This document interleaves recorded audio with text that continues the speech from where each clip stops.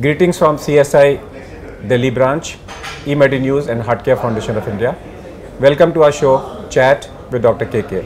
We have with us Dr. Srivastava, who is Associate Director, Non-Invasive Cardiology at Fortis Escort Heart Institute, Delhi. Welcome to our show. Thank you very much. What we are going to discuss from chart is anticoagulation. Okay. Inserting. For years we have been talking about, we have two drugs with us, warfarin and acetylcholine.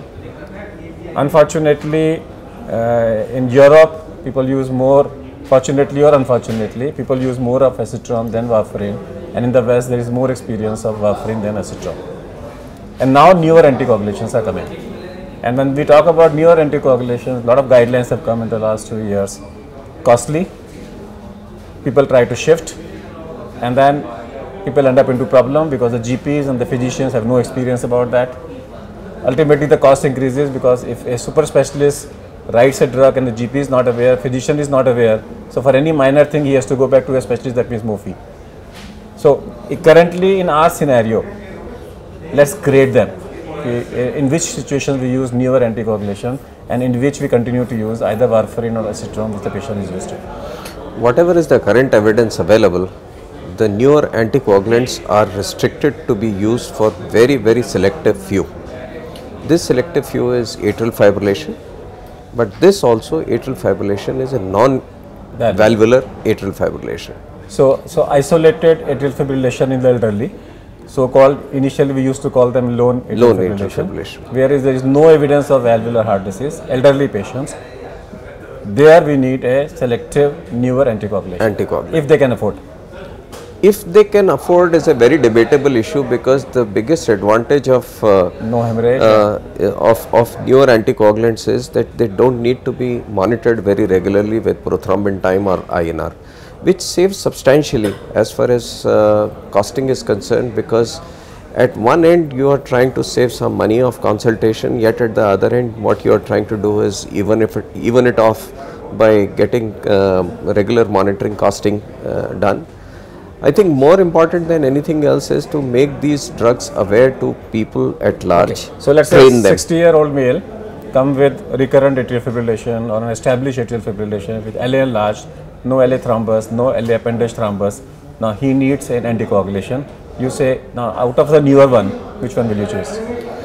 Out of the newer ones, dabigatran is the one which is available and is approved for such usage here. Second indication is, some indication is there in deep vein thrombosis as well, but by and large the recommendations still fail to mention it, but there is a large body of data which says that in sinus rhythm with deep vein thrombosis there is some role of newer anticoagulants. Again, dabigatran is the largest study. Okay. Now I want to choose dabigatran. It's available in 2 doses. How do I decide which dose? There is a checklist. If you go by the Hasbled score versus the CHAD score, CHAD score will give us what are the chances of stroke for an individual. Hasbled stroke will tell us what are the chances of severe serious bleeding this individual can have. This is just a vague guideline, just to help us decide whether 110 milligrams BD or twice a day has to be given or 150 milligrams. In individuals where there is a higher chances of bleeding, we would prefer to use 110 milligrams twice a day rather than 150 milligrams. This is something like when we are using oral anticoagulants like warfarin, you want to keep the INR value between 2 to 3, greater than 2.5 in patients where there is a higher chances of stroke, whereas lesser than 2.5 where there is the higher chances of intracerebral bleed. But there is a trade-off, and lot of individualization has to be done depending upon the age of the patient, the risk factors, presence and absence. So dabigatran 110 milligram is safer, and more than that, let it be decided by a specialist on selective cases. But in average, most of the people will be on 110 milligram. Because in India, we always try to keep it at the lower side of INR. Correct, because as it is for an Asian population, the data is very, very sketchy. So isolated non-valvular atrial fibrillation, dabigatran, unless proved otherwise. Unless proved otherwise, or if there is not too much of experience. I'll tell you one downside of these anticoagulants. Fortunately, whenever there is a significant bleed other than the intracerebral bleed or even in intracerebral bleed in a setting of warfarin or acetrom, we have a very well established antidotes available, whether it is vitamin K, whether it is Here fresh frozen. it's not available. There is no anticoagulant which is available, and the search for an antidote is one of the deterrents for even most experienced people who have got large. Dabigatran. Apart from, so one is non-valvular atrial fibrillation, second is plus minus DVT, sinus flux. Okay. Any other newer anticoagulant available in India? Well, there are no, the Rivaroxaban is available, but it is still going to take some time to be widely available. In which condition we use that?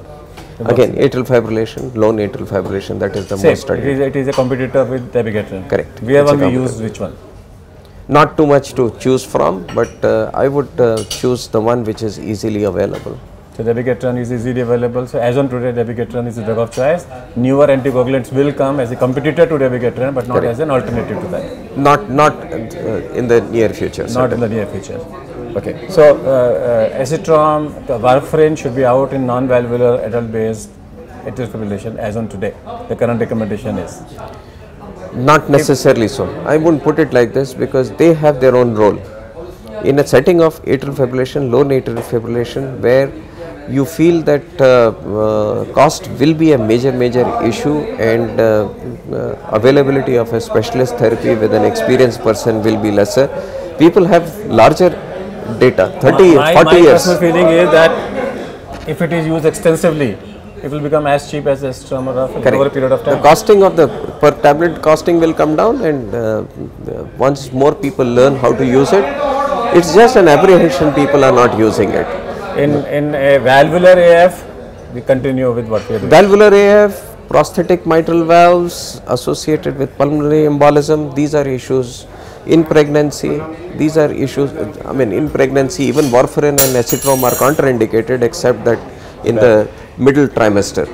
But in middle trimester also, dabigatran is something which is, or newer anticoagulants are not yet approved of. They don't have too much of data, certainly not in mechanical prosthetic heart valves. So remember, if you have a non-valvular atrial fibrillation, which is known to cause increased mortality, and non-valvular AF is a new epidemic of the society because of a diastolic dysfunction, because of a progressive LA enlargement, and more number of patients will come in our practice who will need anticoagulation, and if you don't give them, you end up into a catastrophe. And these are the patients where newer anticoagulants and like dabigatran needs to be given. If you are a GP or a physician, read about it, follow these patients your specialists are writing, because over a period of time you may have to use them yourself. Let's thank Samir to be Thank you very much, sir. My pleasure. That's all for today. We'll come back with one more show. Till that, goodbye. Thank you.